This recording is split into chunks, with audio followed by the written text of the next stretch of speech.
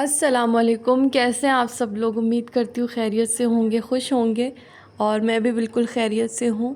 तो आज के व्लॉग का आगाज़ ये टाइम हो रहा था 12 बजे का। तो बाहर देखें, बाहर कितनी तेज़ धूप हो रही है और इतनी शदीद गर्मी हो रही है, बस पसीने पसीने हैं और गर्मी है। तो इतने गर्म मौसम में फिर दिल चाहा कि कुछ ठंडा सा हो जाए, तो मैं सोच रही थी कि कुछ ठंडा और मीठा बना लूँ। और इस मौसम में आम तो सभी लोगों को पसंद होते हैं। मुझे नहीं लगता कि कोई भी ऐसा बंदा होगा कि जिसको आम पसंद ना हो। तो मैंने सोचा कि क्यों ना आज मैं क्रीमी मैंगो डिलाइट बना लूँ। बहुत मज़े का, बहुत यमी बनता है। तो आज मैं बनाने लगी थी मैंगो डिलाइट। तो चलें फिर किचन में चलते हैं और अपना काम स्टार्ट करते हैं।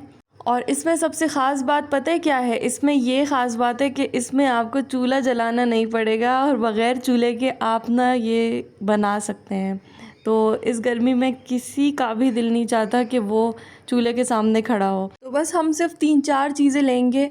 आम ले लेंगे और कोई से भी बिस्किट्स ले लेंगे। अगर आप मैरी लेना चाहें, मैंने तो मैरी लिए हैं, और अगर कोई और लेना चाहते हैं तो कोई और से बिस्किट ले सकते हैं। और उसके अलावा 2 क्रीम के पैकेट्स ले लें और कंडेंस मिल्क। तो बस ये 3-4 चीज़ों की ज़रूरत होती है। उसके अलावा और ये इसी तरह की रेसिपी है, ऐसे ही आप आराम से इसको बना सकते हैं। तो यहाँ पर मैं सारे मैंगोज़ जो है ना, उसको मैं क्यूब्स में कट कर लूँगी।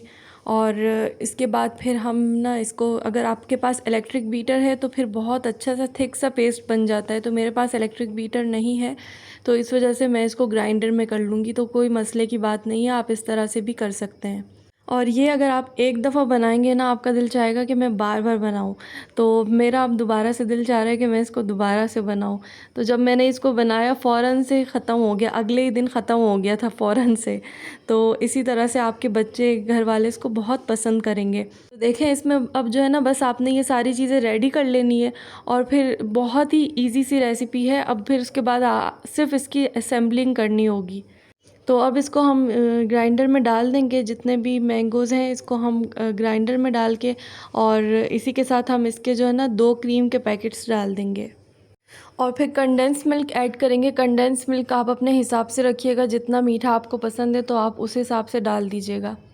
और इसमें सबसे जो मुझे जो बहुत अच्छी बात लगी वो ये है कि आपको ना चूल्हे के सामने खड़ा खड़ा नहीं होना पड़ेगा, क्योंकि जब हम किचन में जाते हैं तो कितनी मुश्किल से खाना वाना बनाना पड़ता है और बहुत मेहनत का काम होता है इन गर्मियों में खाना बनाना।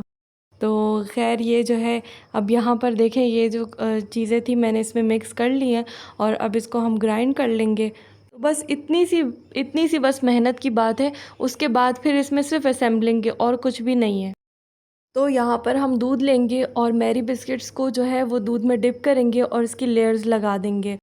तो इसको डिप इसलिए करेंगे ताकि ये बिस्किट्स नरम हो जाएं और बाद में सख्त ना हो। बस इसी तरह सारे बिस्किट्स इसी में डिप करते जाएंगे और इसकी ना एक लेयर लगा देंगे। अगर आप डबल लेयर लगाना चाहते हैं तो डबल लगाएं, आपकी मर्ज़ी है। अगर सिंगल लगाना चाहते हैं, मैं तो यहाँ पे सिर्फ सिंगल लेयर लगाई है। देखें, सारे बिस्किट मैंने एक ही लेयर लगाई है। और फिर जो थोड़ा सा जो दूध बच गया था वो मैंने इसी के ऊपर ही डाल दिया ताकि अच्छे से सॉफ्ट हो जाए। और जो मिक्सचर बनाया था, अब वो मिक्सचर इसके ऊपर डाल देंगे। अच्छा, तो जब कल मैंने ये बनाया तो मैंने फ़ौरन से अपनी अम्मी को कॉल की और मैंने उनसे कहा कि कल का जो मेरा व्लॉग आएगा उसमें जो मैं मैंगो डिलाइट बना रही हूँ, तो आप प्लीज़ घर पे उसको लाज़मी ट्राई कीजिएगा। और मुझे ना ये बहुत ज़्यादा पसंद आया है, तो आपने भी लाज़मी बनाना है। तो जिस तरह से मैंने अपनी अम्मी से कहा था, मैं आप लोगों से भी यही कह रही हूँ कि आप लोग इसको एक दफ़ा ज़रूर ट्राई कीजिएगा। बहुत मज़े का बना था, आप इसको फिर दोबारा भी बनाना चाहेंगे। तो खैर, मैंने यहाँ पर जो बिस्किट की लेयर लग गई थी, फिर ऊपर से मिक्सचर डाला, फिर थोड़े से जो मैंगोज़ मैंने क्यूब्स में कट करके रखे थे तो वो डाल दिए ऊपर से। फिर जो बचा हुआ मिक्सचर था फिर वो ऊपर से दोबारा से डाल दिया। और उसके बाद फिर आप जिस तरह से भी इसकी डेकोरेशन करना चाहें आप उसी तरह से करें। और इसको फिर फ्रिज में रखेंगे बिल्कुल ठंडा करके। जब तक ये बिल्कुल ठंडा ना हो जाए आपने नहीं निकालना, और जब बहुत अच्छी तरह से ठंडा होगा तब आपने खाना है और फिर बताइएगा कि किस तरह का बना है। अच्छा, तो जैसे ही मैंने इसको रेडी किया और जब मैं बाहर गई तो बाहर का मौसम इतना अच्छा हो गया था, बादल आ गए थे और बिल्कुल बारिश वाला मौसम हो गया था। मुझे और अच्छा लगा। मैंने कहा कि अब इस मौसम में और मज़ा आएगा खाने का। तो फिर कोई गर्मा गर्म पकोड़े भी बना लेती हूँ साथ में और इसको और अच्छे से एंजॉय करते हैं। मुझे तो बहुत बहुत पसंद है सर्दियों का मौसम, बर्फ़बारी, बारिश का मौसम। और गर्मियाँ बिल्कुल भी नहीं पसंद गर्मियों से।